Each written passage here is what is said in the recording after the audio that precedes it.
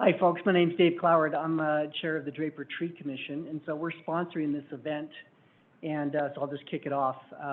I took the liberty of using our old logo on this slide too, just because it used to be a tree.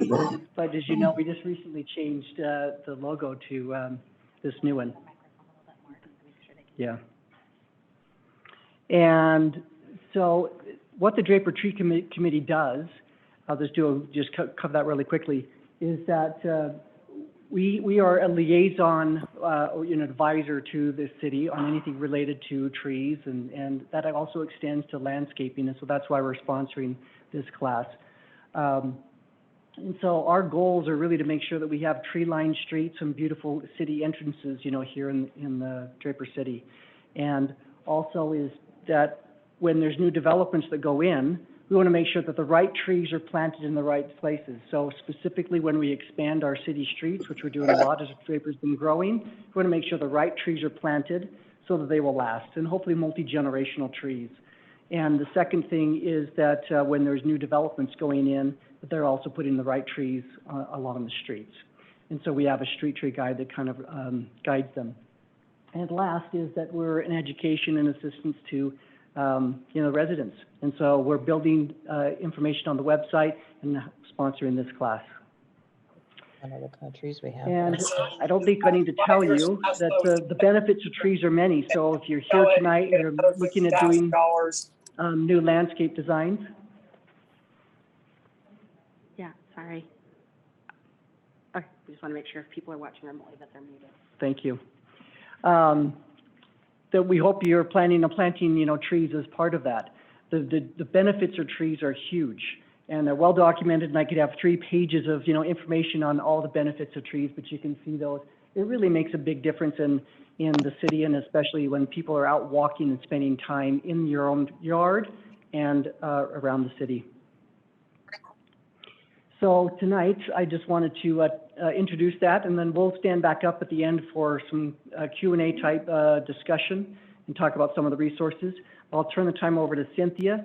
Cynthia Bee is with Jordan Valley Water Conservancy District and is extremely knowledgeable concerning this Localscapes program and is driving that and giving presentations all over the state, and has really promoted a really awesome program that other states around have wanted to try to copycat.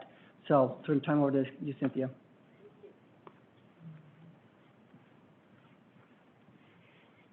Okay, so a lot of you probably don't know who Jordan Valley Water Conservancy District is or what they do. Of course, he said, I'm Cynthia. I guess I should probably tell you that. Yeah, I work for Jordan Valley Water. I have a bachelor's degree in landscape architecture, and I've spent the last decade of my career teaching everyday homeowners how to optimize their landscapes for the climate we actually have. Not necessarily the one we might wish this were. And so the strategies that work here, and we have a really great team that has researched all of this, and we've tested things out, and we've done all of that heavy lifting so that we can bring the right information to you for what works in this valley for all of the challenging conditions that we have here locally. Jordan Valley Water, we are we're a subdivision of the state of Utah. We're a special district. And we treat the drinking water that's delivered to 2/3 of Salt Lake County, including all of Draper. So if you get your water through WaterPro, your drinking water through WaterPro, or your water through Draper City directly, we deliver it to them and they deliver it to you. So we have the big pipes, they have the smaller pipes. But in any case, we work together to make sure that you have those resources and that they are arriving clean and safe in your community. As you can see, our water system's under a lot of pressure. And right now, I don't know if you saw the news article today that we are in the worst drought in 1,200 years, as far as they can tell. So we are in literally a once every 1,000-year drought scenario. But even when we aren't, population growth alone is enough that we're going to have to really deal differently with water. And so you can see how much we're growing. And even though that population's growing, we haven't built a major new reservoir since 1996. And if we're smart about water, we won't have to build a major new reservoir, which is our hope is to avoid that. But at the same time, our job is to deliver water to people. So the best, cheapest water that we're ever going to have is the water that's already in our system that we're not wasting. And so that's the obvious place where we want to get started. And if we're talking about water that's already in the system, most people are very surprised to know that about 60% of your annual water use is what you're using outside. And in Draper, that number is probably higher than 60%. So outdoor watering is kind of the big area where most of the water gets used. We do not deliver anything other than drinking water. We do not deliver to agriculture. But 2/3 of the water rights in Jordanelle are Jordan Valley water rights. So that's water that's supplying this community, plus other reservoirs as well and other resources. And so it's an incredible amount of water. And I know we've heard a lot of discussion as the drought has deepened over the last year about, well, agriculture is the biggest user, and that may be true statewide, but the water systems aren't all connected that way. What's important is the water that's available to you in the reservoirs that are holding that storage with the pipes that are capable of delivering it to you and making sure that, that we've got adequate supply there. And we're still in okay shape for drinking water, but boy, we've got really excited in December thinking things were going to be starting to look up and maybe we would break this drought, and yeah, probably not. So the likelihood of breaking the drought at this point is pretty small. We would have to be 167% of normal statewide. So what does that mean? Even if we get to 100%, that means that we have enough water for our regular use, but it's not going to be building the supply up that we need, to float multi-years. So it is a concern, right? I don't want to scare anybody. We're not in a crisis yet. If we're smart about things, we'll be okay. But we have to. We're out of runway. We have to change. So how do we do that in a way that still lets us have beautiful communities, that we're not full of rock, that we still have trees and plants and just really nice, attractive spaces that we want to live in? And we found a way to do that. And so we're going to talk through that with Localscapes. So yeah, the challenge, we're under a lot of pressure in terms of population growth, and with the environment, the ever-shrinking Great Salt Lake is extremely concerning to everyone. It's very concerning to us as well. And that's mostly because the water is getting used before it gets to the lake, and we're, all of us in this room and in this valley are part of that use, right? So that's something that we're going to have to deal with. And then there's a lot of misperceptions about what it takes to be a water efficient landscape. The picture that you're seeing here, I would suspect that few of you, this is actually just across the river in South Jordan, I suspect few of you would look at that and think that that's a water efficient landscape. But because you can see the lawn and it looks lush and it's interesting, that yard takes 50% less water than its next door neighbor that's the same size. So we're going to show you how you can make some great inroads with water efficiency and also solving all the other challenges. That's why you want to use your yard and what you need it to do for you. And we're going to teach you through this class series on how to make those things come together in a way that's practical and makes sense. In 2014, we did a survey, and that's before we started Localscapes, and we knew people were changing their yards all the time, but they weren't necessarily making them more water efficient. And we thought, well, why? Everyone knows we're a desert, we're the second driest state, that's not a news flash to anyone. But they weren't choosing it. And part of it was a misperception of what it has to look like, right? But it was also that even when people wanted to change, they're just like, I'm confused. I don't know what to do. I don't know what it's supposed to look like. I know I don't like a rockscape. So it's that extreme thinking, right? And if you look at every problem in our country, that's kind of where they start, right? It's this extreme or that, and the answers are generally somewhere in here. And so that's what we're looking at with Localscapes. It's a moderate approach to water efficient landscapes. You can totally go lawnless if you choose. If you don't, that's fine, but we're using these 5 steps, and I want to kind of talk through the process. And so we found that people didn't change because they just didn't understand what that needed to look like. And so this right here, this was actually designed, this yard, by Janet's son, Cameron. And these homeowners, it was so great. They took one of the classes and they went home and they round up their whole yard. Not recommended unless you're in a position to change everything all at once. But you can see it turned out really pretty, and the reason that they have those chairs in the front is so they can rake in the compliments as the cars slow down as they pass by. But they took what was a very unusable space, and they've created not only a more beautiful yard, but one that is, more importantly, more useful to them and their family for the way they live. And so that's kind of what we want to kind of show you and teach you how to do. So when we interviewed homeowners, we were trying to figure out, like we said, that, they're making changes, but they're not really necessarily choosing water efficiency. And why is that? Well, because misperception, but also these are the problems that people are trying to solve, right? And I suspect that you recognize some of the challenges in your own yard on this list, or some of the things that you want from your landscape that it may or may not be doing for you now. Maybe you're worried about losing some of those things in your landscape if you try to be more water efficient. But our Localscape solution was designed to produce these types of results. So water efficiency is almost a side effect of creating that water efficient landscape. Well, I should probably say, if you're watching this remotely, you might want to mute your microphone, or you'll get to be broadcast through all of the City Hall. Marisa and I we did okay. a little Marco Polo the other day, so. Oh, we're hearing somebody. I'm sorry about that. She's doing well. I don't know whose microphone isn't muted, but if you would please, that would be great. Yeah. Okay. Anyway, so this is the Localscapes house exhibit. This is the kind of the layout, and the Localscapes has 5 steps. So there are 5 elements that you'll have in your landscape, and most people think it's either it's either plants or it's lawn. And we want to show you what a real balanced landscape will have. So step 1 is we do a central open shape. So all of the lawn that we're going to have is condensed into a single piece. You may already have lawn. Most of our homeowners, well, I'll show you that in a minute. You may not have to remove that at all. We might just kind of work around it if you've got an existing yard. But we want all of the lawn to be in that one location where Do you need it to have can. rock climbing shoes? Like, is that a requirement? Hello. If you're watching remotely, please mute your microphone. We can hear you. Okay. Second thing is gathering areas. So these are seating areas, and most of us think about a back patio, but we might not think about a whole lot of other spaces that could also serve that function, that bring functionality to the landscape. But the beauty of it is, once you have that and you've installed it, it's almost maintenance free. The same with activity zones. So activity zones are the active play spaces in the landscape where, you'll do, and that's going to vary by family. And with the exception of vegetable gardens, activity zones also don't require that extra work and water. Then we're going to connect up the various parts of the yard with paths that are real, actual designed paths. And then the leftover spaces become the planting bed. And if you feel like, oh, that's too much planting bed, no problem. We add more of steps 2, 3, and 4 until you bring your landscape into balance so that the amount of work and water that's required, because anything that needs water needs work, right? So the amount of that that's required in your yard fits in harmony with how you actually want to live your life. And so that's our goal for you. And it's going to look different for every single person. So even though we're all going to utilize the 5 steps of the Localscapes to achieve that, it's not going to, no one's yard will look the same. So here's a good example. This is one of our Localscaping homeowners.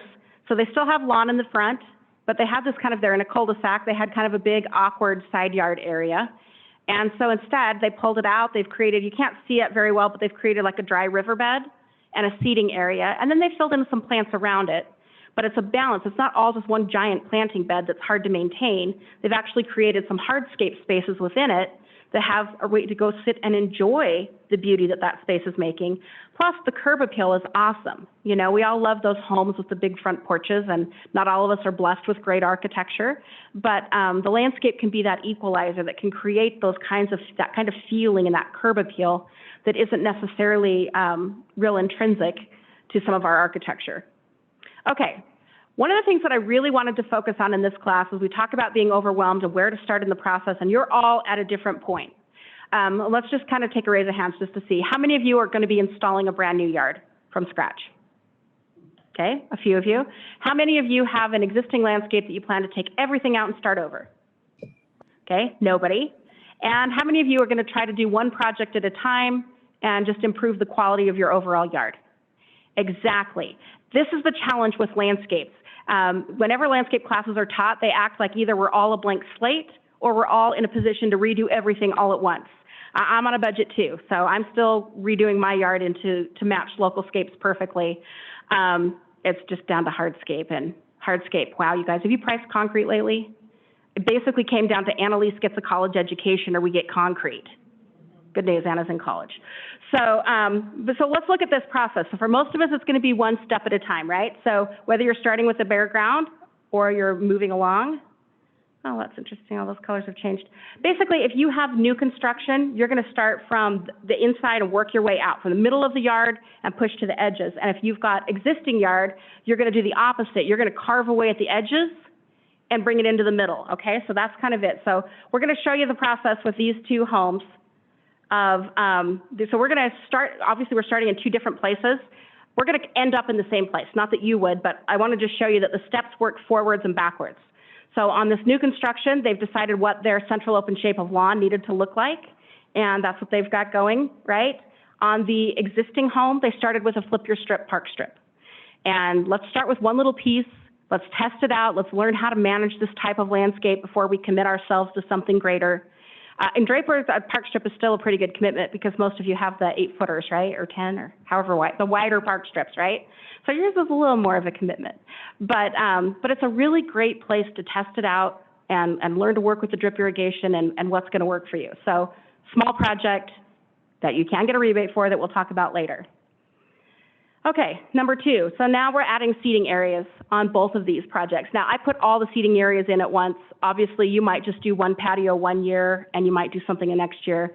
I've almost never had anyone say they have too much patio space, and it's such a burden. So most people are saying, I don't have enough, right? So that's one of the ways to do that. So here on both of these, we added a front yard seating area to both. Now, on the existing one, I went ahead and just added all the plants at the same time because you might do it that way. Otherwise, you might put your trees in first and then the larger shrubs and then work your way to the smaller plants over a few years. It just depends on timing and budget.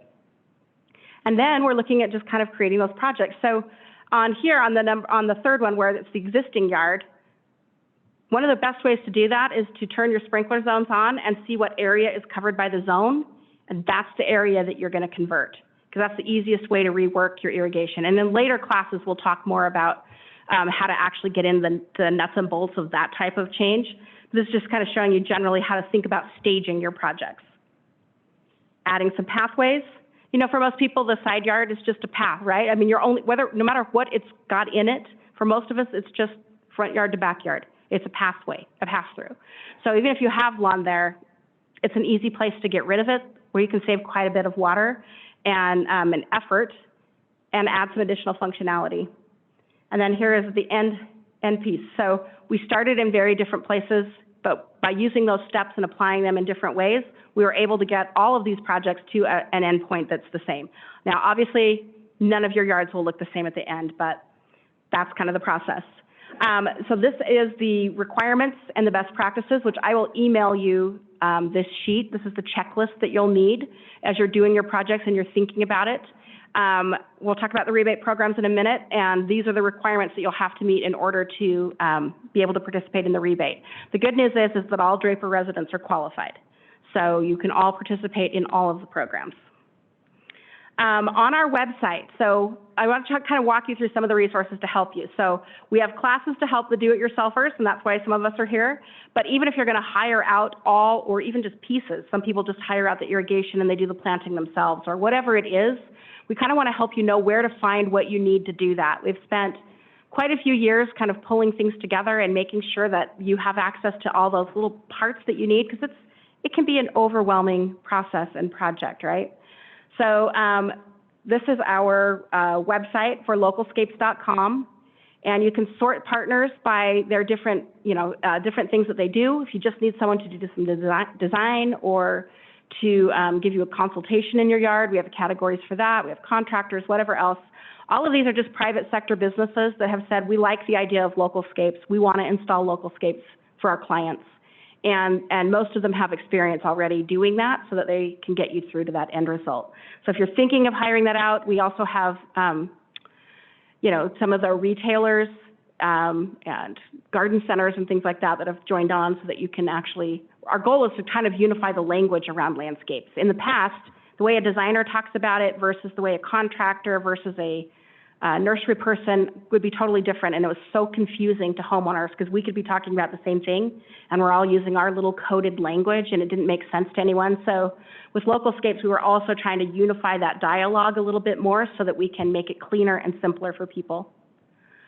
Also, we have a whole series of classes, not just these Localscapes ones you get here in Draper. If you go to our website, localscapes.com, there's classes happening all over the state of Utah that relate to this topic, and we have others that won't be taught here in Draper, but you can catch them on demand, in person, whatever works for you. Yes, okay, so yeah, and you can sort that. So if you want to say, oh, I just want an on-demand course versus I want to learn in person, all of that is sortable. That's a little messy, sorry about that, slide's a little messy, but the Localscapes work group is a Facebook group that you're welcome to join. We have about 2,000 local homeowners, and they're all people that are working to change over their yard. This is where you can ask your questions as you're working through your processes. If you're not sure about something on your design, if you're going to install something, you don't know what the best thing to do is. And we just have a lot of really great people here. A lot of our professional partners are on there answering questions for you free of charge. Our teaching team answers questions, and we really just try to help fill those little gaps as you're actually trying to act on your design and trying to make this happen, because we know it's overwhelming. Okay, next resource that we have available for you. How many of you have been to the Conservation Garden Park? Yay, most of you, that's fantastic. So the garden is a free botanic garden. It's free to visit, come get ideas, walk around. We're just in the dead center of the valley, 82nd South, 13th West. Oh shoot, we have cute little voices. Anyway, 82nd South and 13th West. And just so you can see the structure of a landscape and what it takes to really make things look great. That's really smart, Hey, Hudson. can we get everybody to mute their, yes, there we go. I mean, I love kid voices, but, okay. Oh, anyway. All right, so this is the garden, and we are 9 acres, and it really shows how to landscape in Utah in a way that, you know, fits all of these needs. You can see all the different plants that we've tested that grow well in this valley, and everything's labeled, so you can walk around and get ideas. One of the ways I tell people that is really great to use the garden is if there's a time when your yard's looking a little lackluster, there's nothing in bloom, you know, and you're just like, wow, it's a little flat right now. Walking our garden, that's the perfect timing, because if it's blooming for us, unless you're on the very top of Suncrest and you'll be a couple weeks later in the season, but if it's blooming for us, it'll be blooming for you. And so you don't have to know all the plants or every single detail of things, because our plants are all growing, like in the nursery, they might not be blooming at the time they would normally bloom in a yard. And so if you go at that time and come see the garden, you can really get an idea for when it's going to bloom, how big it's going to get. In the nursery, everything in the pots kind of look the same size, and they may be very different sizes in the landscape. And it might look adorable in the pot, and then when you see the full-size plant, you're like, oh yeah, that's not my style. Department of the government that handles like the gardens for like. Are we able to mute all the attendees? Explaining what. There we go. Thank goodness. Okay, here we go. All right. Brand new at the garden is the Localscapes house exhibit. So I just showed you actually the plan for the Localscapes house. If you want to feel like, what does it feel like? What does it look like? If I did this to my yard, what kind of yard would I end up with? And so this exhibit is free. The fenced area, if you come and see it, is a 1/4 acre. And there's only 20% lawn on the Localscapes exhibit. So you can do up to 35% under the Localscapes rules. But when you condense all of that lawn in a central point, the lawn you're missing is the lawn you're not noticing now anyway. And I joke with people, usually I'm teaching these classes in the summer, and I'm like, if you really want to understand how you're using the yard, next time you mow, think about the last time you were in that part of the yard. And if it was the last time you were mowing, then you've just identified a place that you could convert to a different use that would actually provide value to you. Okay. We also have a brand new park strips exhibit. You guys, flipping the park strip is like the hottest landscape trend in Utah. I cannot believe it. We had 4 times more people doing it last year, and that's just the people doing programs that we knew about. That doesn't count everyone that just did it all on their own. And it's just a really great place to get started. We have a brand new exhibit that shows different plants and different ideas. And along with that, you can actually download free plans on the website. You don't even have to imagine, you know, how do I want to do this? We have, right now we have about 10 plans on there. We're uploading about 10 more in the next month or so. And those are just free ideas that you can enjoy. If you follow us on social media, either Localscapes or Conservation Garden Park, and I do the posts for both of those places, we're always sharing different park strip ideas that you can check out and just get ideas for your own yard and ways to combine those plants attractively. Probably one of the most important resources that we have available to you on the Conservation Garden Park's website is a plants database. And there's over 1,200 plants in it, and it's all plants that we've grown that we know work in Utah. and it's sortable. So as you go through and start looking for your plants, you can choose different categories. One of our attendees tonight had sent me some information. He's like, well, I really want to know more about salt-tolerant plants because I have secondary irrigation water. And there are some plants, you know, it gets real salty by the end of the season. And so one of the things that you can sort for on here is salt tolerance. So if you have secondary water and that concern applies to you, you can actually filter the results to solve that problem. You go through, decide what it is that you're looking for, and then our website will return all of the results that will work for the specific problems or challenges or just, you know, whatever you find is interesting that you want to use in your landscape. And you can be comfortable knowing that it's tried and true here in this valley, and it will, you know, it will work for you. Okay. Also at Conservation Garden Park, they have other landscape classes. Obviously, I'm teaching kind of a traditional style class tonight, but at the garden, we do a lot of hands-on stuff because it's a learning lab. It's not just a botanic garden.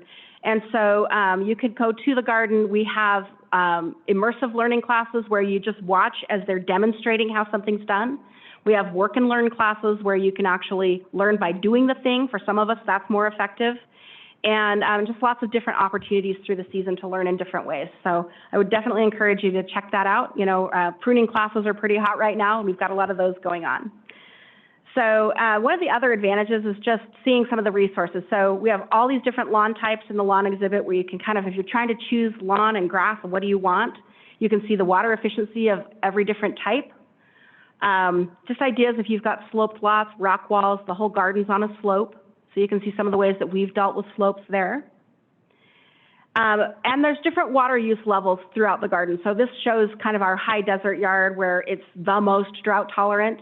And we really want people to think of it as a spectrum. We're not telling you where you have to be on that spectrum. Well, a little bit, obviously, 35% max lawn. But it's up to you to decide if you want to have lawn, if you want to have you know, areas that are more planting, whatever. We just kind of want you to fall within a certain range that will make your landscape more efficient. And you can decide whether you want to go fully lawnless or still keep a piece of that. That's okay. We're not going to, it's okay if you want some lawn. We're not going to moralize and say you can't have any lawn. But we do want to use it smart. If we're going to have it, we need to put it in a place where it's serving a recreational purpose. If it's just decorative, there are other plants that are easier to maintain and lower maintenance that can serve that same purpose more effectively. And then we preserve lawn for those play activities. And then just, you know, like I said, places to get ideas. You might see plant combinations that you like that you want to incorporate in your own yard. And so bring the kids. You can bring the dogs if they're on a leash and just enjoy the garden. And while you're there, make sure you ask our team. So we have different university students generally interning through the summer at the garden. And obviously they're in related fields and they're happy to answer questions. We also have our horticulturalists out there. So if you see a worker in the garden when you're there, don't feel like you can't stop them and ask a question. I mean, they're there to help do exactly, you know, educate and help you get what you need. And then with Utah Water Savers, okay, so this is the exciting part. You can actually get paid some money back to change your landscape. So it's utahwatersavers.com. And like I said, Draper residents qualify for all 5 programs, or you can apply for them if you qualify. That's a little bit different.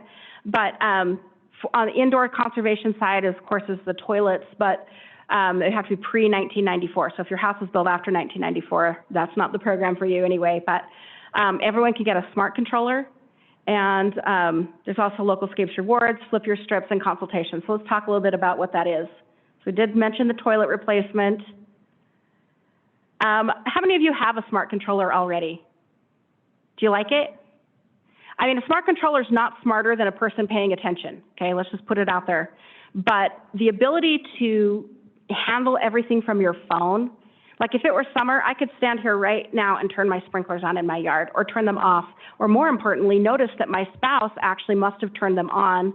You know, he thought stuff needed watering because there's a history of when everything was last watered. So it really makes you more able to manage your landscape because you know what's going on. And so I would definitely recommend that. The cost is about the same, and you can get a rebate for $75. I think the 6-channel beehive is like $80. I think the 12 is like $129. But any water sense, so the Ratio or any of them that have that water sense label will qualify for this program. But I absolutely would recommend that smart controller just so that you have better management of that. Now, they do call in automatically to the closest weather station to your home, and that's how watering gets, set. But like I said, I have found that personally, I don't even do that. I just go, oh, you know what? It looks like it's going to need to water tonight, and then I'll schedule it. And I just do it by eye. You can do it however you need to. Sometimes you just need to plug and play, and that's fine. But it's a great tool that's just so much more useful than the old school way that most of us have. And it's very simple to switch out an existing controller with a new one. They're Wi-Fi enabled, and it's a great way to manage it. Also, one of the things that you qualify for, and this is a really great program, it will open in April, and I would sign up early because we're expecting to be slammed this year. And that's the Landscape Consultations program. So I'm going to tell you what it is and what it isn't. And Michelle, you have been one of our people, right, that has done this. So maybe you can share a little bit more after so they know what to expect. But with the Landscape Consultations, it's not a design your yard kind of consultation. It is a really practically focused what's working and not working. They'll look at your sprinkler system. They'll give you ideas about how to adjust it to make improvements so it's more efficient for you. Things that are not working, broken. Michelle, what else are we talking about?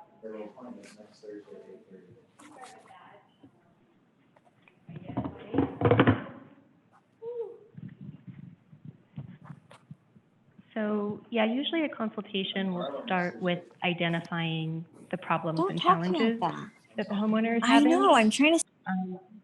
And then, so we do look at the sprinklers. We have homeowners turn on each zone so we can watch them while they're running and try to find any problems in the system. And then we also give suggestions on ways that they can change their landscape layout to be more water efficient, and it kind of falls in line with the Localscapes approach. Okay, you can just hold on to that and just turn it off, the microphone. Yeah. Okay, so the consultation, so it's not like a pick every plant, although they'll give you some of that advice too, but it's really thinking about the layout. All of the work of your landscape is based on the layout. So we think of landscapes and we think of everything growing ground and above, but the amount of work and functionality of your yard is determined by ground plane down. And so that's what this consultation is really geared towards. And we do have lots of professional partners that you can hire if you want to have more of a consultation about the aesthetics. But we're really concerned about the function of that landscape with that particular program. Some of you have probably seen this one. This is a Draper park strip. So the average park strip in Draper is, what, $1,230? See, I'm not seeing it on my screen and my eyes are bad. So the average resident in Draper is getting about $1,200 on a park strip flip, and that's just if it's one side here. If it's a two-sided park strip, it's even more. Most people tell us that's enough to pay for the plants and materials for the most part. Obviously, your labor is your own cost there, but it's definitely a great way to go to help offset the cost. So we're asking you to kind of take a risk and try something new, and we're willing to help fund that risk with the park strip. And we do that because in-house we refer to park strip flipping as the gateway drug. So we know once you have a good experience with that, you'll start looking at the rest of your yard going, gosh, you know what? Like, I don't need that lawn in the side yard. I'll totally get rid of that, right? So we know we'll get you hooked. But we understand the difficulty of making a big leap, right? And jumping out of the gate that way. So Flip Your Strip's a great thing to take advantage of to make that a little less painful. And like I said, we have an entire class just on flipping your park strip. And I would recommend that you do take that class if you want to do this project. I'm not teaching it in Draper, but we teach it at the Conservation Garden Park, and it's also available online. And if you take the class, you get a higher rebate amount. It's the per square foot, and that's how we base the rebate. So Draper residents are going to get a bigger rebate because you have bigger park strips, right? You have higher cost to flip it. For those that are ready to do a full front yard, full backyard, or an entire landscape, whether you're starting with a brand new, and I should say on the park strips, you do have to be removing living lawn. So the park strip flip, that rebate only applies if you're taking out lawn and putting in this. And the reason is because the way we justify paying out the rebate is that we're buying back water supply. So if it doesn't already have lawn in it, there isn't anything to purchase. So in that case, that's how we do it. But with Localscapes rewards, you can have a brand new from scratch yard or you can have an existing yard that you're modifying. Either one will qualify because it's about how much water the landscape will use over time. So this is actually a house in Draper, and the average Draper resident's getting about $2,500. Not a huge amount, I know, but it's definitely going to buy your plants, right? So there's that. And that's just a front yard typically. The largest rebate I've seen was on a half acre, and they had about 15% lawn, and that was $8,000. So, but what it costs to landscape a half acre is definitely way, way, way more than $8,000.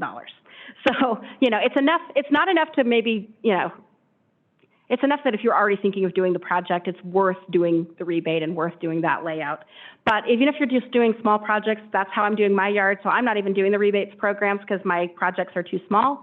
That's okay. At least I now know what direction to take them, and I'm doing them one at a time. And then the other reason that it's really great to participate in the programs is, you know, there's no such thing as landscape inspections. So even if you hire a contractor, no one comes out and inspects that work in a landscape, right? The city, that's limited to buildings and roadways and things like that. There's not really landscape inspections on residential properties. But when you participate in programs, you actually do get a qualified technician that is checking the work and making sure everything's done right and making sure you're going to be happy with that end result long term. So if you're worried about the project being done well and the quality done well, even if you're hiring a contractor, it's still great to participate in the programs because you do get that little extra kind of third party that's, you know, got no dog in the fight there that can help you make sure that the outcome is exactly as promised. And then if you want to get some ideas and you want to see other landscapes that have been done, other park strips that have been flipped, we have an online, this is just all people in Salt Lake County that have done the park strip flipping and or created a localscape. It's not even all of the projects yet because I'm still uploading photos to it all the time. But it's just an idea gallery. And I cannot even believe it. You guys, I have gotten such great ideas from homeowners. They're things I wouldn't have thought of, and I have a background in design. We've seen such interesting and innovative, creative solutions from so many different people, and we love having a place to share it. When you flip your park strip or your yard, we would love to share yours too, because I can talk about this all day long, or the rest of our team, or any of the Localscapes team anywhere in the state. We can chat about it all day long, but we're not the people that make people interested and want it. It's when you see a neighbor that's done a great job. And most of our park strip flips, especially, because they're so visible, you know, they're like, I'm going to have to do a class in my neighborhood now because all my neighbors want to do this. Everyone's worried about standing out awkwardly, but honestly, be lone weirdo. Because lone weirdo doesn't stay lone weirdo very long. It takes that first person doing it and doing it well and showing what it looks like and how attractive it can be, and it catches on. I go out 2 years after, and all of the photos that you'll see in this gallery are 2 years after they were installed, when the plants have filled in a little bit, right? Because it's not real inspirational right after. And once they've filled in, and it's just been really amazing. I have seen, I've probably visited in the last 2 years 150, 200 park strips. I've seen 3 or 4 fails. That's it. So if you do the process, you follow the instructions, you will end up with a product that's easy to maintain and interesting over time. And it's so fun to run across them. And you can get a little taste of that here. Okay, so we have kind of this 1, 2, 3 of resources. Localscapes is learning what to do and how to do that. In the next class, we're going to focus on, we're going to jump right in and we're going to start talking through how do I apply this stuff to my yard? How do I take what I have and convert it into what I want? For some of you, it's just going to be getting rid of awkward bits of lawn. You're going to keep the main part of the lawn, and then you're just going to work away at those edges, maybe pull the side yards at some point or make a plan to do so, and just think about how you want to use that over time. So in the university class, we'll talk about that.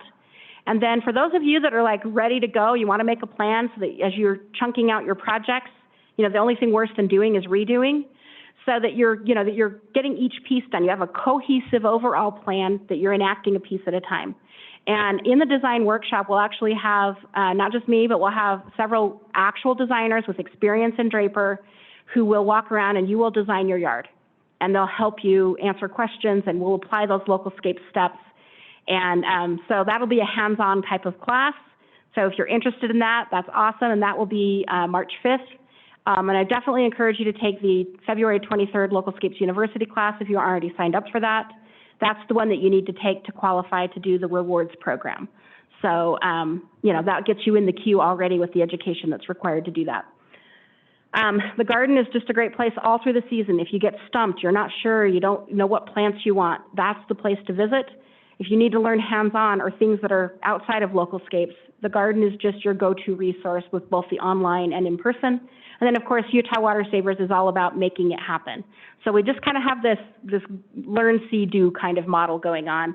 And all of these resources were created because that's what homeowners told us they needed. And as we worked with people, we found gaps and things that weren't working for them. We felt like there just had to be a cohesive change process. Our goal is to fundamentally change the visual fabric of every built space in this state. So good news, job security. Bad news, it's a massive, massive thing, but we can, if we're proactive about it and we're smart and we think these things through and we don't just be reactive, we can still end up, in fact, we'll end up more beautiful than we are now. And more importantly, we'll match our environment and our beautiful mountains and the setting, especially Draper, this incredible setting. I really feel just the personal philosophy is our landscape should be the most beautiful version of what is around us. And in Draper, you're really fortunate because you got a lot of beauty all right here. And so kind of making everything kind of blend and, it's just an interesting way to go. And we're here to help you make that happen. All right, so I'm going to turn this over to Draper, and they're going to talk about a few of the Trees Committee, and they're going to talk about a few things that are very specific to your community, because Localscapes is all about bringing it down as local as possible to where you live. And so I did grow up in Sandy, but I am not a Draper expert, so I'm going to bring in some Draper experts. You said that you could get a bigger discount if you took a class. Is that Utah Water Savers? So the class would be the Creating Waterwise Park Strips class for Flip Your Strip. It's available online or so either on localscapes.com or on conservationgardenpark.org, either of those websites. Yep, you can get that class. You can take it in person, you can take it online, but that's where it's taught. And then where do you get the inspector from? Okay, that's a great question. So once you've taken a class or whatever, once you're ready to go to utahwatersavers.com and create an account. It does ask for your water provider because it's all related to how we process things on the back end. And so you'll create that account at utahwatersavers.com, and then each program that you might want to participate in has a process that will outline there what you need to do each step of the way, and then we make these resources available to you. Okay. Great question. Thanks, Cynthia, for putting that together for us, presentation. I neglected to mention that we have tree committee members here tonight. So those that are here, you raise your hand. It looks like everyone's right there on our little the tree committee. Yeah. So there'll be resources here as we talk about some of the questions that you may have and some of the resources available to you. Cynthia, can I ask how many have signed up for the next two classes? Those here, most of everybody. Good. If you haven't, please do sign up. So this is the introductory class. So we got two classes coming up, which be the design workshop and then the, what's it called? Yeah, thank you. Localscapes University and then the design workshop. So please do sign up for those. They are, remind me the dates, I apologize. The 23rd of February and then March 5th. Okay. And that's when we start the program. Yeah. I would definitely recommend, if you want to do the programs, apply early, especially for landscape consultations. Everybody waits till the spring, and they wait to get contractors, and they wait, and then they're like, what do you mean there's a 6-month wait? So don't wait. This is a great time to get thinking that through and get started. utahwatersavers.com is where you would sign up for the programs. You can, we've got these other classes coming up in Draper. If you go to conservationgardenpark.org, there's classes there at their site. Draper City has these classes on their website. So I didn't put these Draper classes on the gardens page because I didn't want people that weren't residents coming to the class. So we have the city advertise that so that this is specific to you guys. But to clarify, it's different that we have these classes, and it's different than signing up for the program, like for the rebate programs. So sign up for the classes, but also make sure you do sign up for those rebate programs if you want to participate. Isn't there a time on the rebate program, like you have to have a job done in 6 months after you apply? Yeah, you have 1 year. You have a year, and if, you can get an extension if it's absolutely needed, so, yeah. So it's, it's nice to kind of chunk them out a piece at a time. We have a lot of people that want to do a whole yard, that do a backyard one season and a front yard another season, just to give themselves more time. It's up to you. Yes, and you can do those separate projects. So when we do the design workshop, we're going to plan your whole yard so that it all makes sense when you get it where you want it to be. But you may do that either as a front yard, backyard, or even smaller pieces, just depending on how you're, making the projects happen. Oh, yes.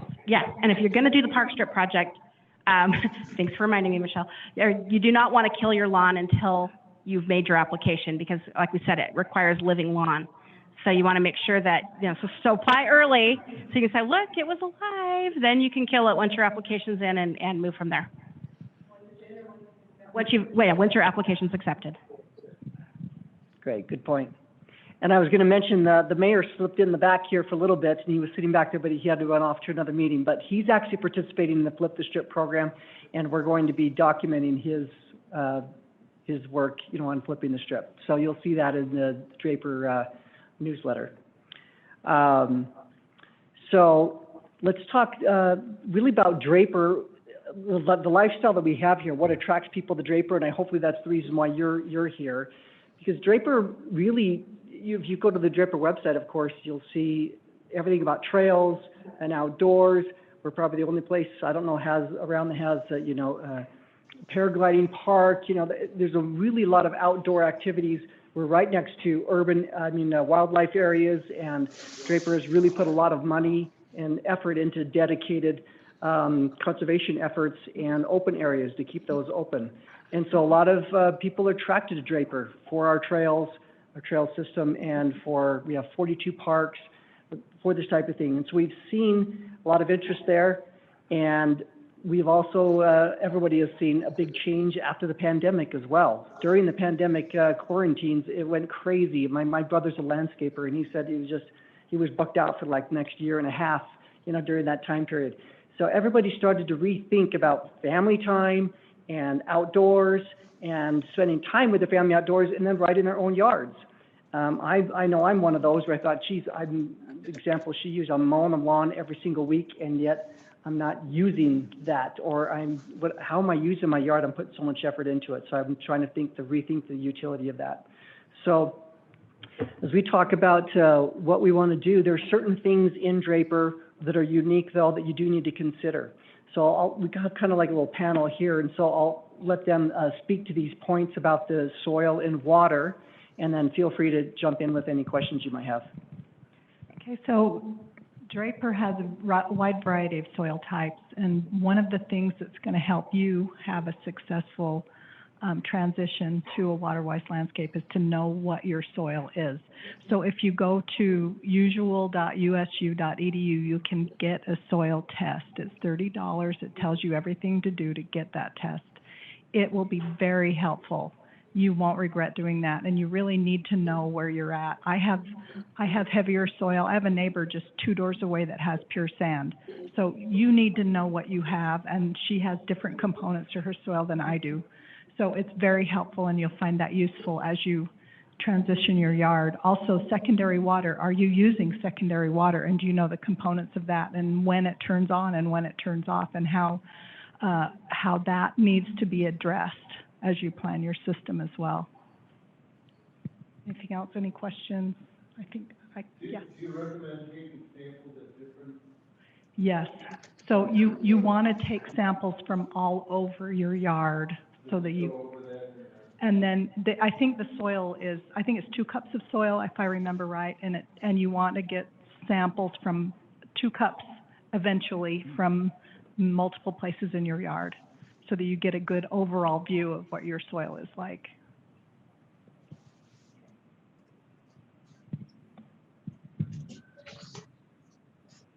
Okay, another challenge we have is secondary water and the quality of that water. Coming from Utah Lake, it's very high in salts, and that can cause a buildup in our soils, especially if we have clay soil. Out of curiosity, how many are on secondary water? Okay. Right. And so the other thing it can do is clog up irrigation systems, especially if you have the drip irrigation with the small emitters.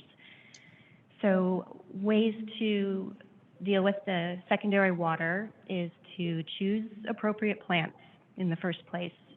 There are a lot of plants that can tolerate high salts, and there are some that absolutely don't. Your spruces and certain other evergreens are notorious for dying from too much salt in your soil. So if you put the right plants in, you're setting yourself up for success right away. The other thing as far as maintenance is cleaning your irrigation filters often and checking them to make sure everything's working efficiently. And one thing I've seen some homeowners do is actually split their system. So they have secondary water on their lawns, the overhead spray, but then they have culinary water to the zones that are working their drip irrigation system.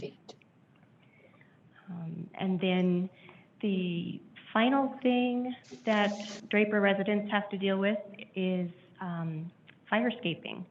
A lot of us live either on South Mountain, up in Suncrest, areas that are right on the interface of wildlands, and we have to be aware of fire safety. So this is an example of the landscape that has taken firescaping into consideration.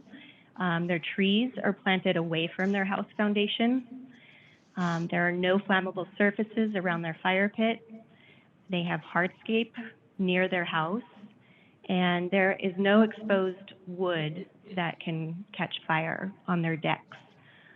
The sky is gray in this picture. This picture I actually took in Huntsville, and there was a fire going on at the time. So the gray sky is actually silver dollar fire or something. This is actually an example here in Draper. Yeah, this is another great example. What these homeowners have done have set themselves up with a barrier for that fire, a fire break, I guess you could say. Their fencing is not flammable. They don't have any flammable materials up against their fence. You can see right on the other side, there's a hillside where flames can easily quickly rise up towards their property.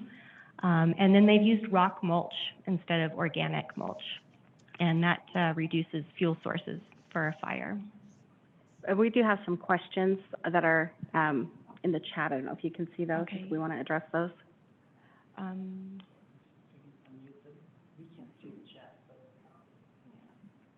Okay. We'll finish this up and then we'll answer some questions at the end, and we will find our folks that are in the chat. I know you have some questions. Okay. Okay. Let's see. And then there's one more challenge that we'd like to talk about this year for Draper residents. I'll hand it over to Janet. One of the biggest challenges this year is going to be plant availability, okay? And again, we've all touched on a little bit about secondary water and plants. If you plant the wrong thing, it will be dead that season, and maybe even sooner than that season. So there are resources that you can get that you can actually check with. Any designer should know if they're reputable, and especially anyone through the conservation garden, what will work with secondary water and what will not. And it's really important because of what's happened with COVID and so many people going back to their yards, as well as just the economy doing what it's doing right now, which is home building like crazy, and also the amount of the commercial buildings, which you've probably all seen. This has eaten up a huge amount of plant material. So the choices may not be exactly what you want this year. And so one thing to keep in mind is many, many plants are interchangeable. So if something isn't available, look and see what else might work for you rather than just skip it all together. One more thing too, we are working really hard to get the Draper website up to be more and more helpful. It's a work in progress. We've made some changes, but we have a few more to go. But keep checking that from time to time, and what we're going to try to do is maybe even get something on there about secondary water choices for plants so that you are more successful. There's nothing more frustrating than to have something dead in 3 months because you've watered it, you know, with that lovely water that we have. Okay, so we'll open it up to questions. I'm not sure why we can't see the chat questions. We're trying to work on that, but if you're watching remotely, you have my email. Feel free to email me if there's anything that doesn't get answered as we're working on the questions here, and we'll see if we can get those up. Anyone in the room here have a question? Okay, I'm going to bring the microphone so that the folks online can also hear. Is there a resource that shows the list of trees that are good in Draper? Yes, Draper Tree Committee has actually created a list specific to Draper of the 100-year trees, I believe, all the best ones for longest lifespan. Okay. Here, Janet, you kind of spearheaded that project. Let's. We don't have necessarily 100-year trees. Some of them are. Most important is getting the diversity here. There's some also some trees that are not allowed anymore. We really discourage pears, for instance, in park strips. If you are putting something in a park strip in the yard, that's, you know, okay. But again, ash or something that the state won't allow anyone to bring in anymore because of the emerald ash borer that's traveling from the east to the west. So we're trying to keep that updated as much as possible and give you as much information as possible. Mostly what's on there now is a small amount that's been done for residential. There's also, there's a tree guide that's also for commercial projects, also work well for you as, you know, in anything you would do. And where can they access that? That's in the Draper, just Draper website, and it's under residents if you go up to the top, and it'll give you some choices there.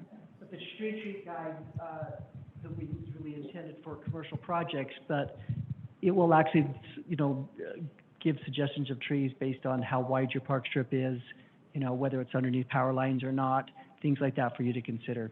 So we obviously want to make sure that these are trees that either canopy high enough that you can walk underneath, or going to be good opportunities to at least prune them such, and that they're going to last.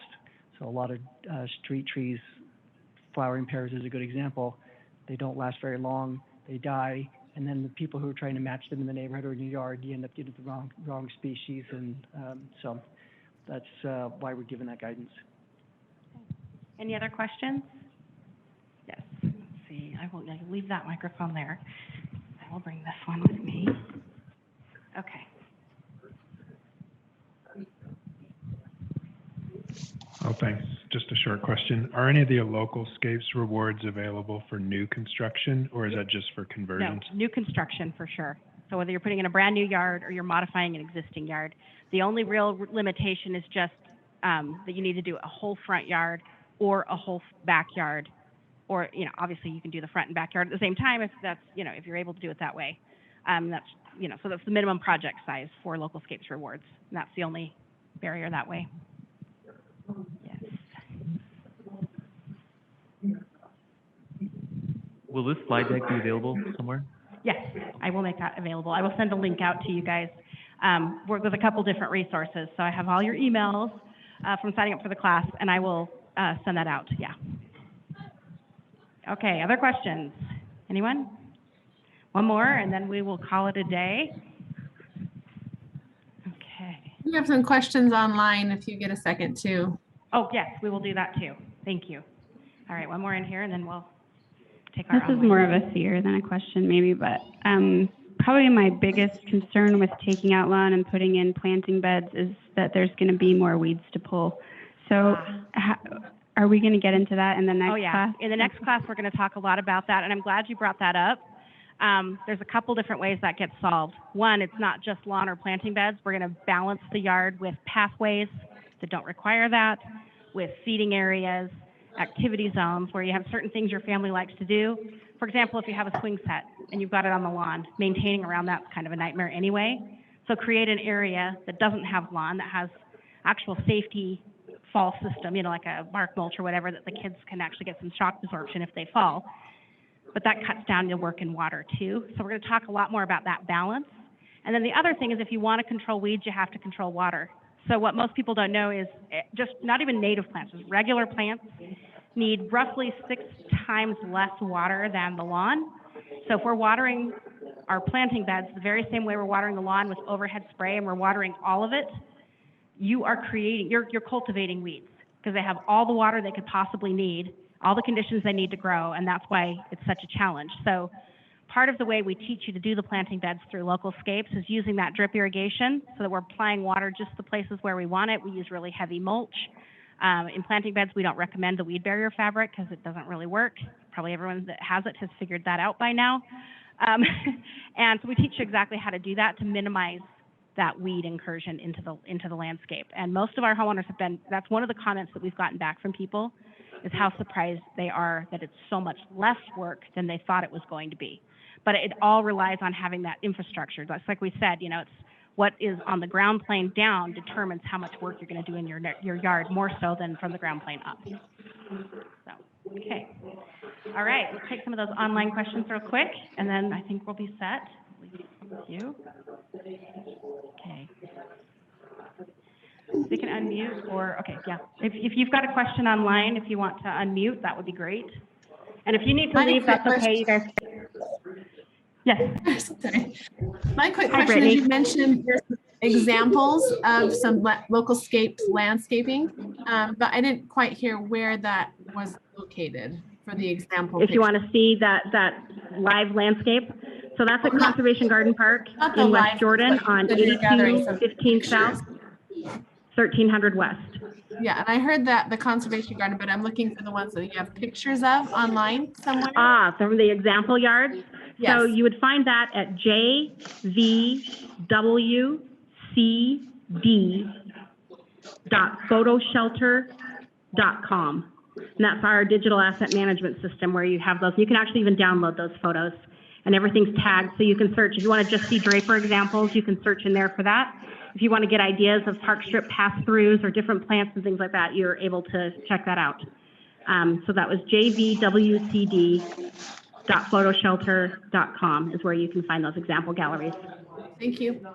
I had it actually, you know what, I had it back here. Let me just go back a few slides because I have a QR code. Oh, right there. Oop, right there. If you hit that QR code or take a screen capture of that, that will get you right to that site. Okay, another question? I see, let's see, that was Stace that we just talked to. Brittany, do you have a question? Yes, I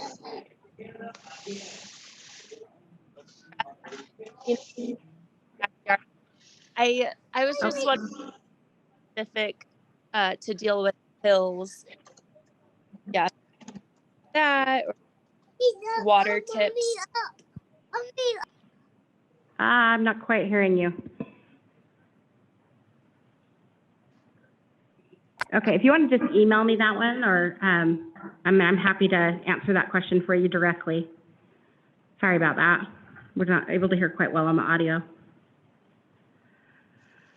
Okay, any other questions? Please feel free to email me. You all got that confirmation of the class. You have my direct email, and we'll see some of you on the 23rd. Thank you so much for coming.